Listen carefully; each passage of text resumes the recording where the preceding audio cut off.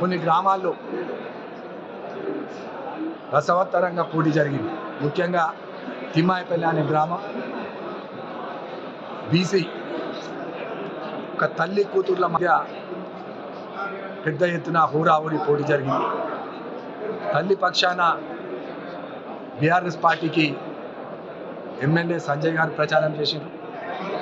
కూతురు పక్షాన కాంగ్రెస్ పార్టీ కూతురు పక్షాన సుమలత అని చదువుకున్నది బీటెక్ అమ్మాయి, తనకు మేము ప్రచారం చేసినాం. మరి యువతరం అంతా కూడా కూతురుకు మద్దతు ఇచ్చి తిమ్మాయిపల్లె గ్రామం నుంచి వెళ్ళి కాంగ్రెస్ పార్టీ అభ్యర్థి సుమలతను పెద్ద మెజార్టీతో గెలిపించడం.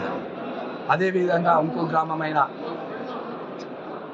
గోదూరు తిమ్మాపూర్ ఇబ్రాహీంపట్నం మండలంలో మామ అల్లుళ్ళ మధ్య జరిగిన పోటీ, అది కూడా ఇద్దరు కాంగ్రెస్ పార్టీ అభ్యర్థులే అయినప్పటికీ మరి అక్కడ శ్రవణ్ అని మరి అల్లునికి అదృష్టం వరించడం జరిగింది.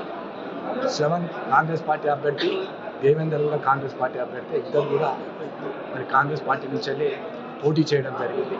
దాంట్లో శ్రవణ్ మెజార్టీతో గెలవడం జరిగింది.